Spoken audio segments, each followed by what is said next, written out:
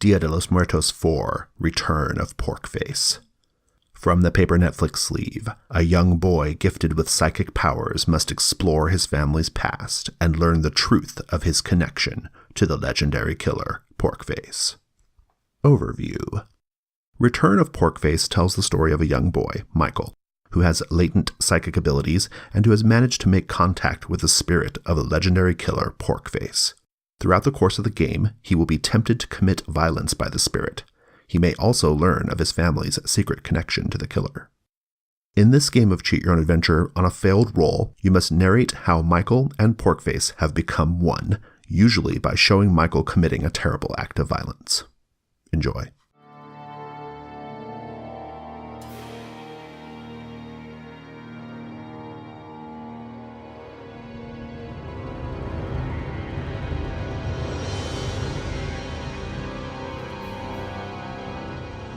Your family has just moved to the small coastal town of Santa Juanita, California.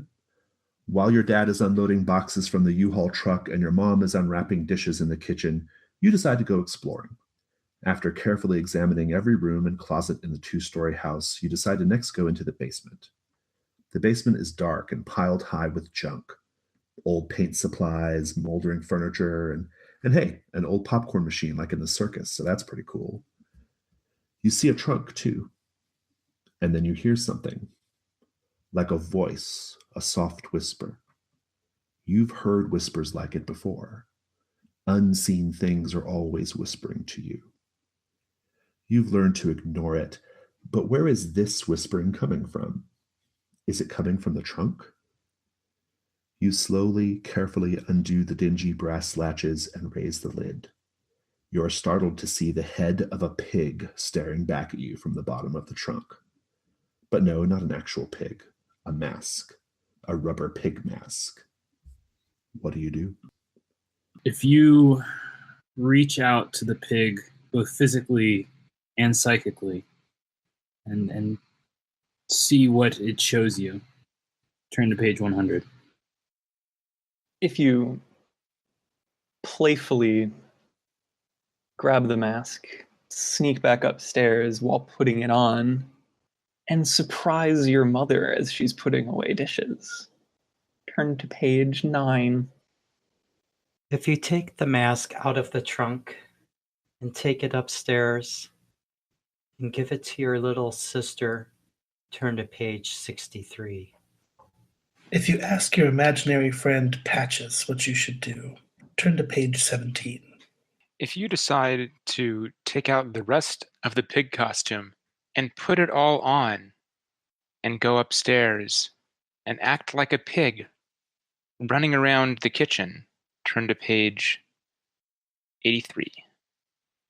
If you decide you're hungry and you'd love some of that delicious popcorn, go and start a batch in that crazy old-fashioned popcorn maker by turning to page 402. I'm going to go with scaring mom. You creak back up the dusty stairs from the basement. And the mask is a little too big for you, but you keep it on with one hand. Your mom's preoccupied putting away plates, so you're easily able to sneak up behind her. And you poke her in the back as you go. She turns around, completely startled, sees the masks, drops the plates that she had in her hands with a loud crash as they shatter. Gasps a bit and then yanks the mask off your head. Michael, where did you find that? Don't ever do that again. What do you do? If you decide to take the mask and go play up in the attic, which you haven't explored yet, turn to page 14. When your mother starts laughing in amusement at your pig face, and you shriek at her in anger, turn to page 17. If you take your pig mask up to your new bedroom and decide to put it under your pillow, turn to page 33. If you decide now would be a good time to meet some of the local kids at the playground down the street and show them the pig mask, turn to page 26. If you see the neighbor kid playing in the backyard and decide to go say hi, turn to page 13. If you decide to put on the mask and go see who else you can scare, turn to page 80. I'll go with your mom starts laughing and you get angry. Your mom's laughing at you and saying, that mask is rather ridiculous. And something inside you boils up.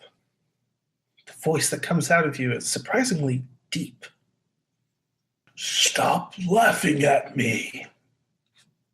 Your mother says, oh, well, sounds like someone might be going through some changes in his young life. I'll have to be having a discussion with your father about that.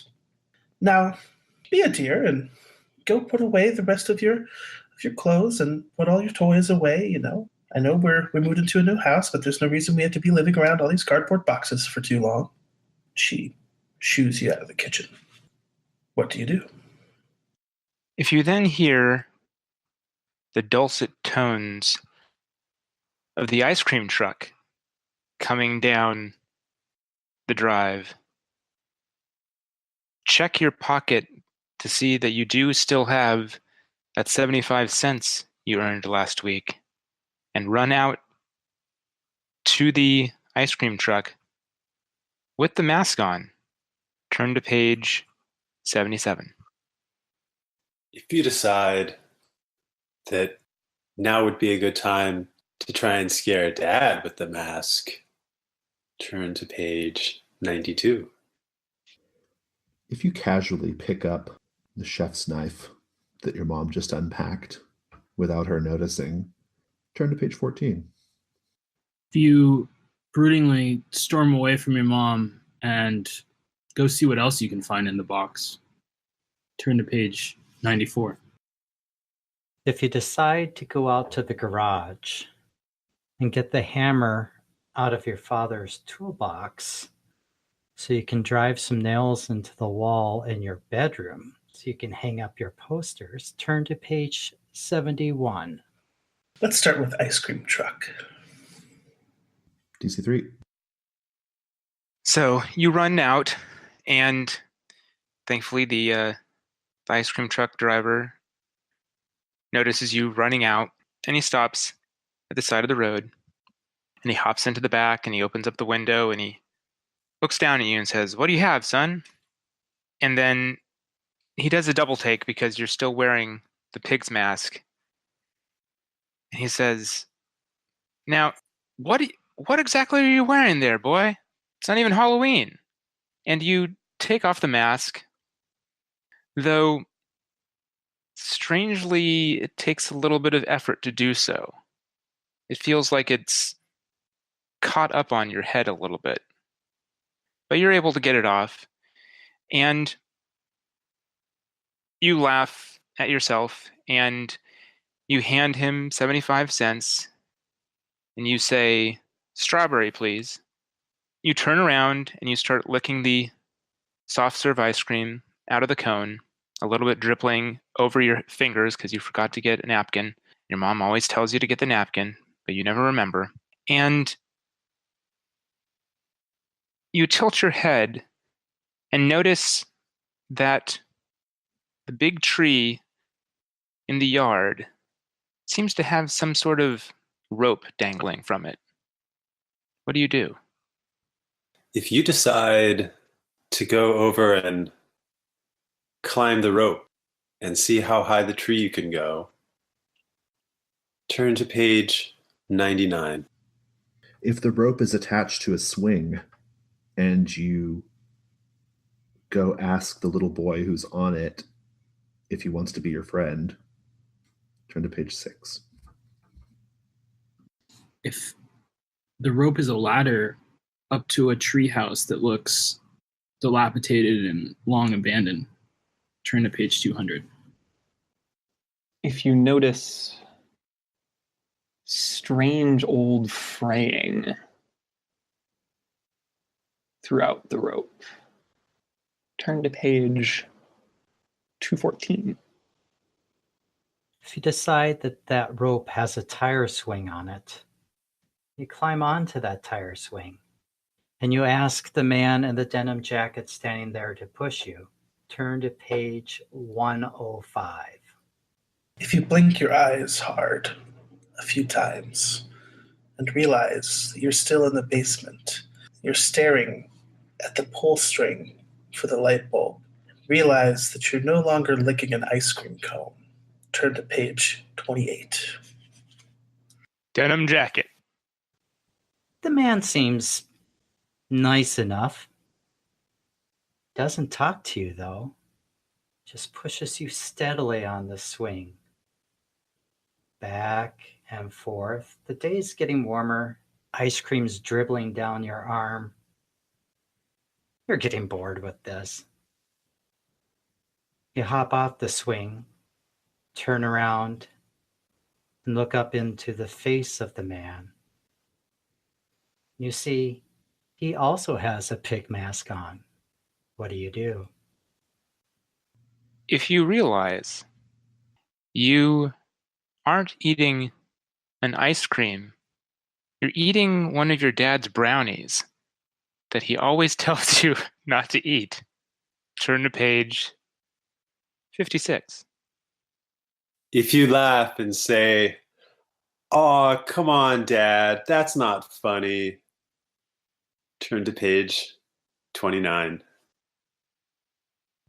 If it's not a man at all, but a woman, turn to page 19. If you feel a strange connection with this figure, turn to page 93. If you instinctually walk to them and give them a big hug, turn to page 9. If you run away screaming, turn to page 2. I'm going to go with holy pork face. It's actually a woman. Wait, it's not a man at all. You only thought it was a man because of how ripped this person is. But it's a woman.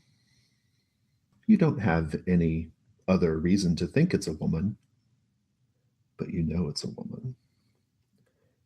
She kneels down. She stretches out her hand, the fingernails caked with dried blood. And she strokes your soft cheek. And she takes the pig mask from your hand, you having removed it momentarily, and slips it back over your head. She says nothing, but she stands up and she points to the house next door. And then disappears. What do you do?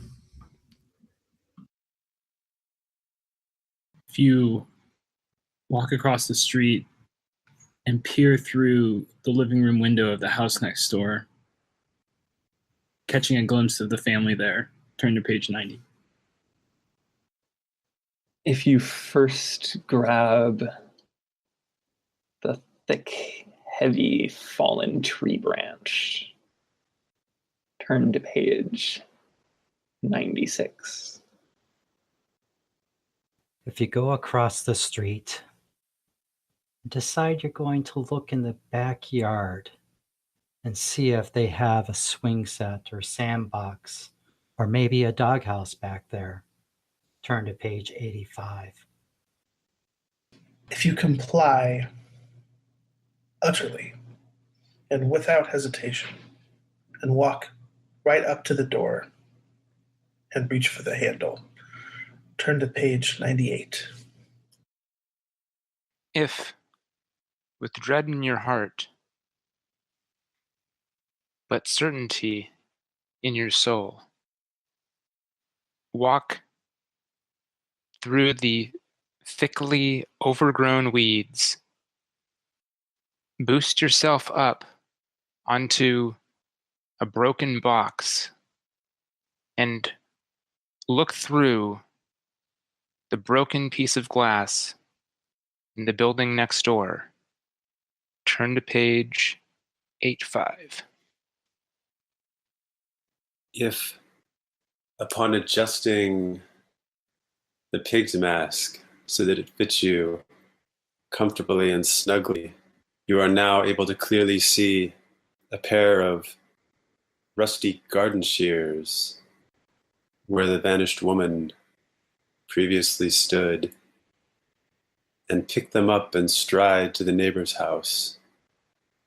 Turn to page 101. Fuck yes, that one. DC 6. The garden shears feel very comfortable in your hand.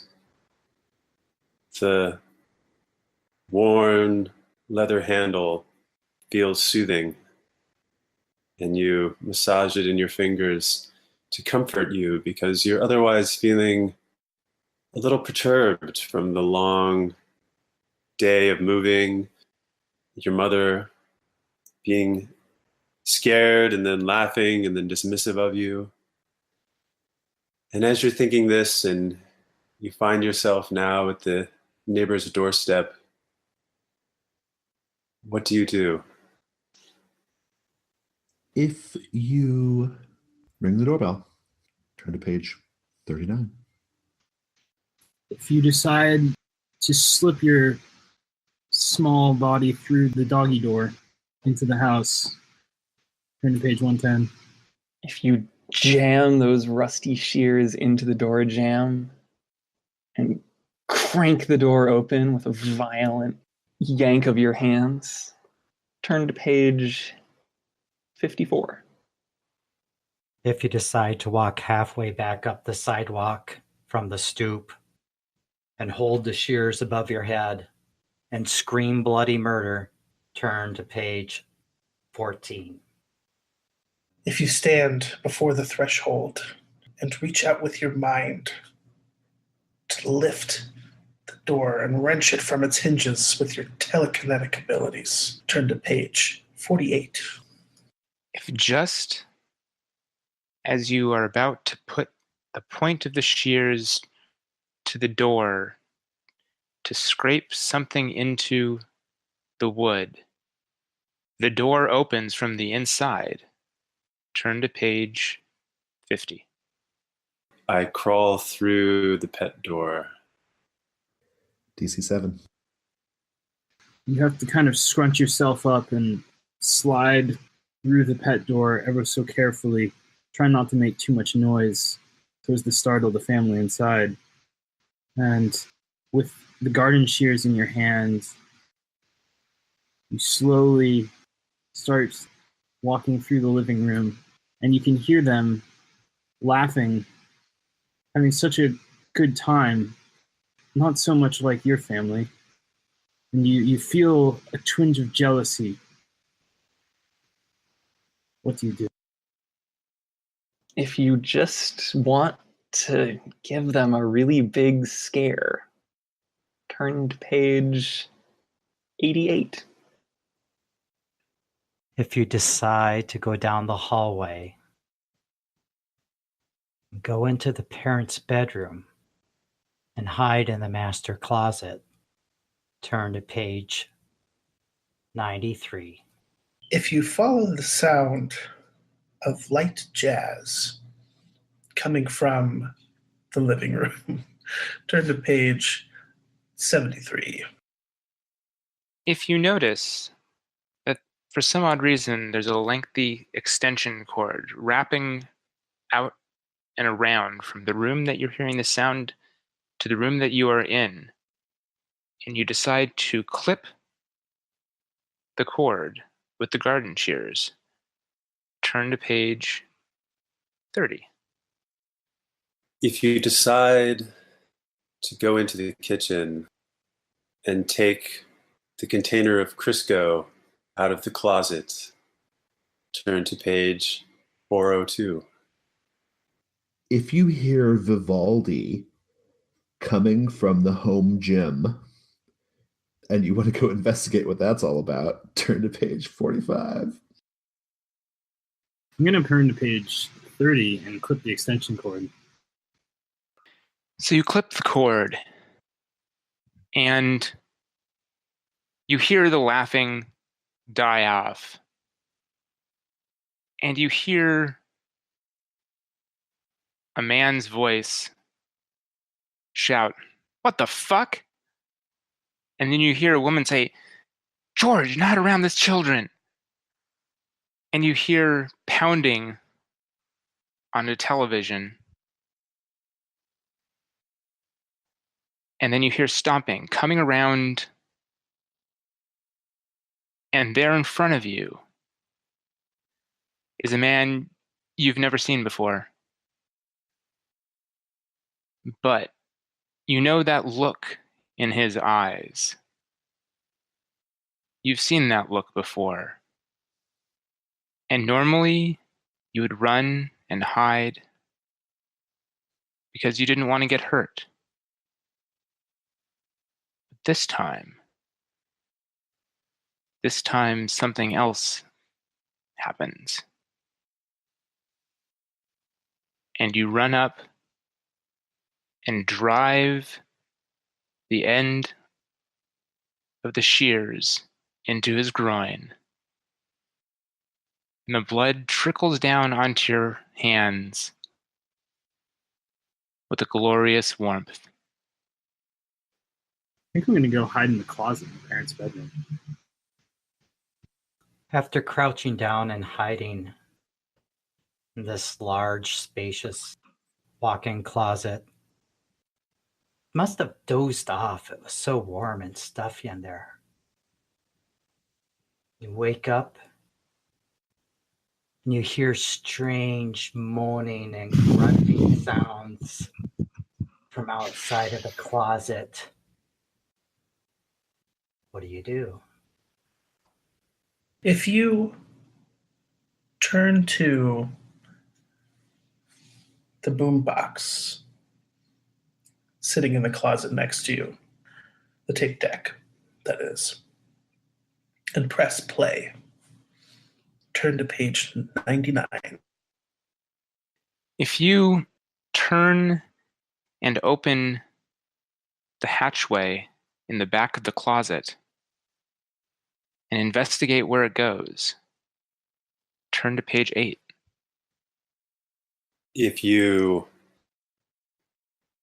quietly crack open the closet door and peer out into the bedroom, turn to page 72.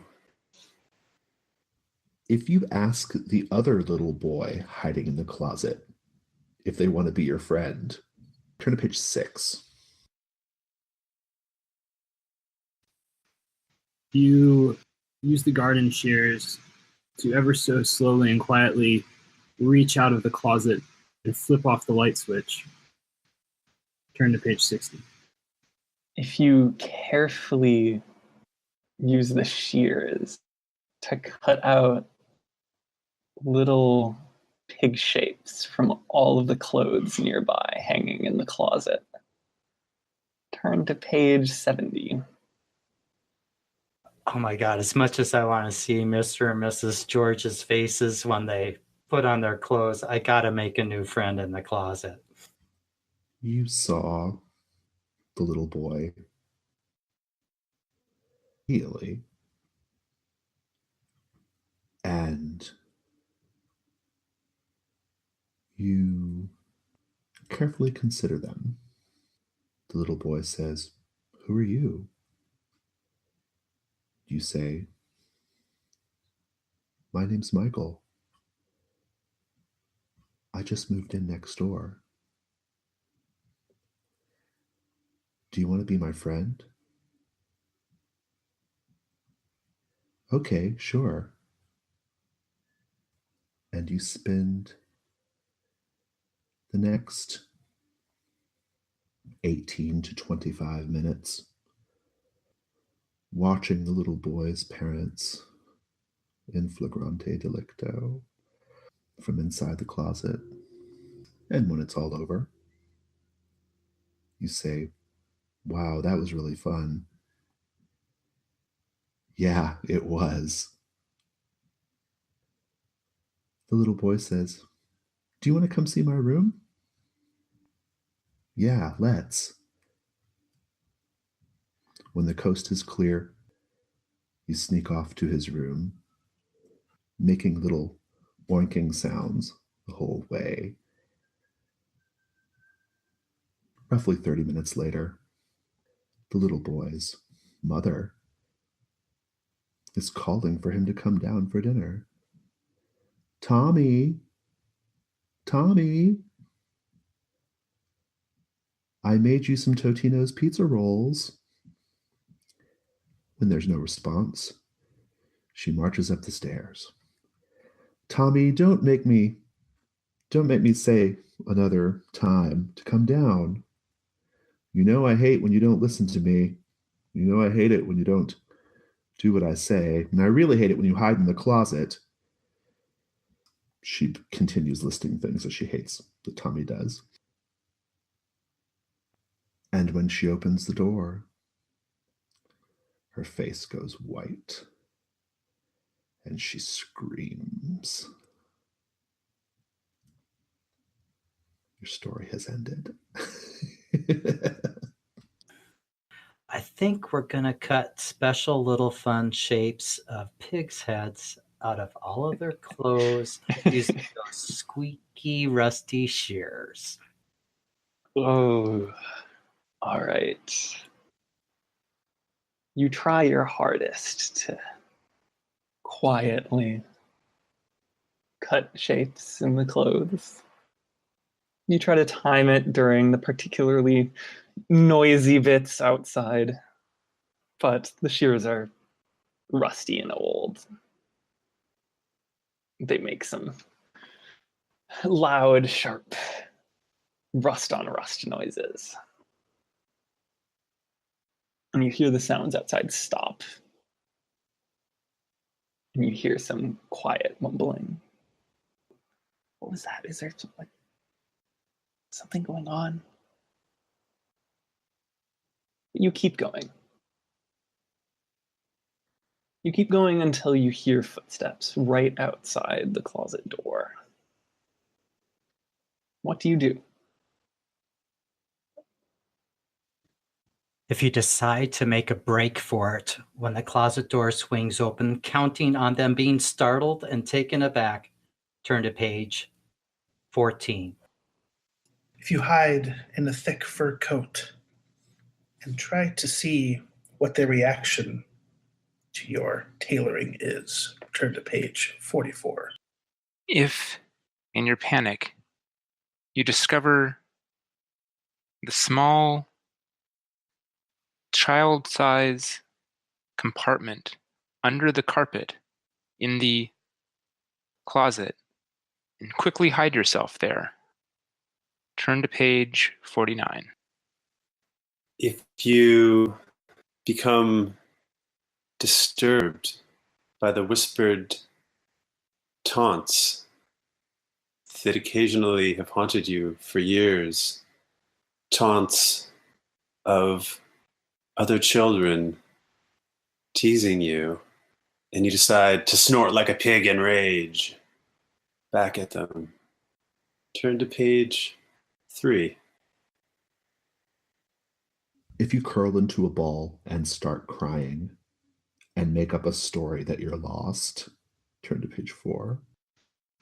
If you close your eyes and concentrate on the bookshelf across the room and try to topple it to create a distraction, turn to page 50.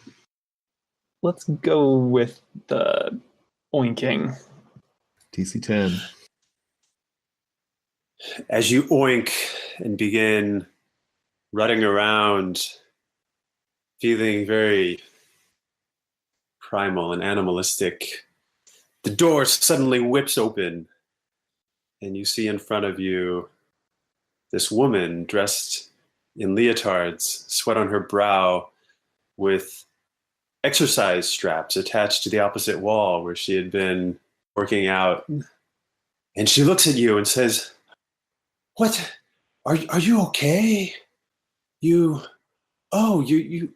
poor little boy, you seem so She kneels down to comfort you, and you look through the pig mask, oinking, hearing the taunting voices, and this woman is red, and everything is red, and she looks so concerned, and then the look turns to fear as you raise the rusty garden shears over your head, and you scream like a pig once more. What do you do next? If you say, "Oh, I'm sorry, Mom, I'm just joking," turn to page 9. If you look past your mom and see the woman in the denim jacket, turn to page 10.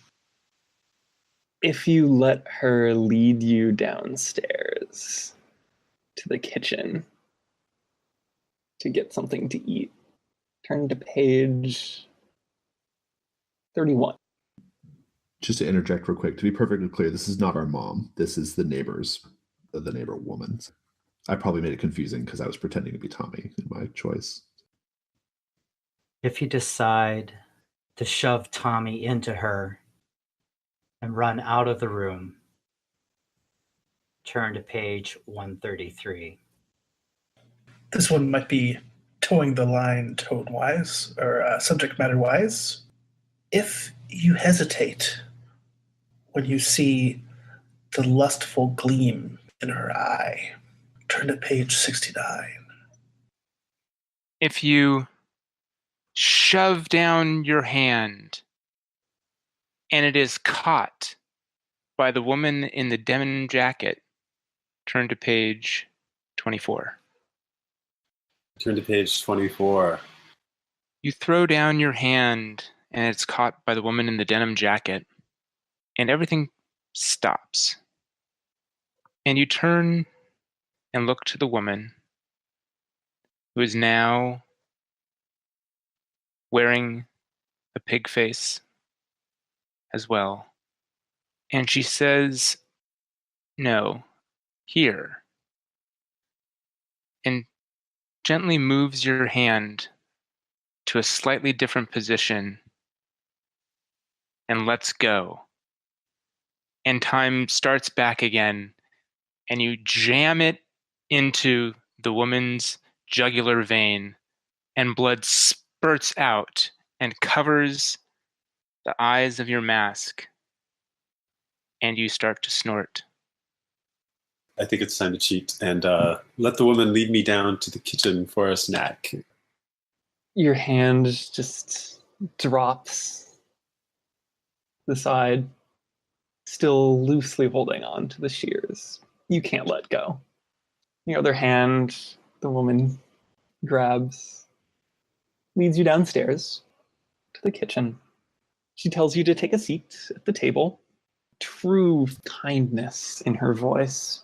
She rummages in the freezer and you see her get a plate. You know the smell. Pizza rolls. And they come out and you just start scarfing them down. You don't bother taking off the mask. You just stuff them under. You can't stop. You're just like making a mess. She looks a little concerned. She's like, "Here, let me help you get cleaned up." You look down and the plate is completely empty. You've demolished the Totino's pizza rolls. And she's coming at you with a towel. What do you do? If you vomit up the Totino's pizza rolls that you ate too quickly on her, turn to page 2. If you accept the towel and crack open a window to let the cool evening breeze in, turn to page 84. If you scream out in a deep, bellowing voice, I scream! Turn to page. If you warn the kind woman offering you the towel that there is another woman with a pig mask approaching behind her, turn to page 38. If you accept this woman as your new mommy, turn to page 9. If there's a yell from upstairs from Tommy, Mom, where are my Tortino's pizza rolls? And she looks at you with horror and confusion, realizing for the first time that you're not Tommy. Turn to page 10. First pick is going to be accepting her as your new mom. DC 12. If I get boxcars, this will end it. She slips the mask off your face, wipes your mouth, and sits down and says, I'm so glad you finally made it here. Tommy, come down and meet your new little brother. All right, Mom. Tommy comes down, holding the bleeding carcass of a cat. Look what I found, he says. Tommy, now I have to clean up all this mess. Just wait till your father gets home. She gets up, goes into the closet to grab a mop, and you see 2 or 3 bodies hanging from chains inside of the closet. Always, always, always something. And your new mommy sits down, puts her hands on your knees, and says, well, I fear your old parents are going to miss you. We should probably make sure they don't come looking for you. And you nod your head. She slips the pig mask back over your head, presses a chef's knife into your hand, and says, you get going then, and gives you a little pat on the bottom to send you on your way. Fiend. Alternate ending. Let's go with you hear Tommy yell down for his mom from upstairs. Tommy's mom lets out a shriek as she realizes that under that pig face mask is not Tommy, as she had thought. And now she's got some boy in her room with a pair of garden shears. And she backs away from you as you wipe some Tortino's grease from your pig mouth face. And you just get up from the table and tell her that you'll be back for some more Tortino's pizza rolls. And you slowly walk from the room, dragging your garden shears on the ground, and let yourself out of the house. And you look around the neighborhood, realizing that there's so many more opportunities to scare people.